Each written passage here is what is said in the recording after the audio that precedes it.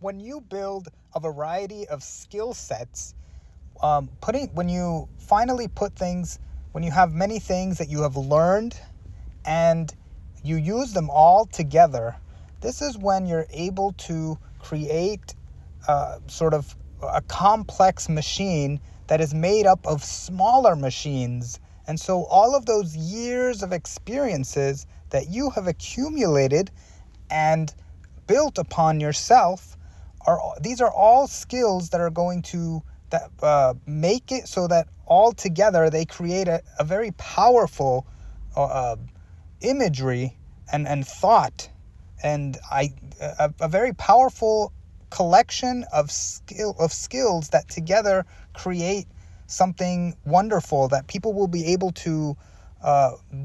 see and admire and will be able to appreciate and might not understand all that goes into it, but you did all the work.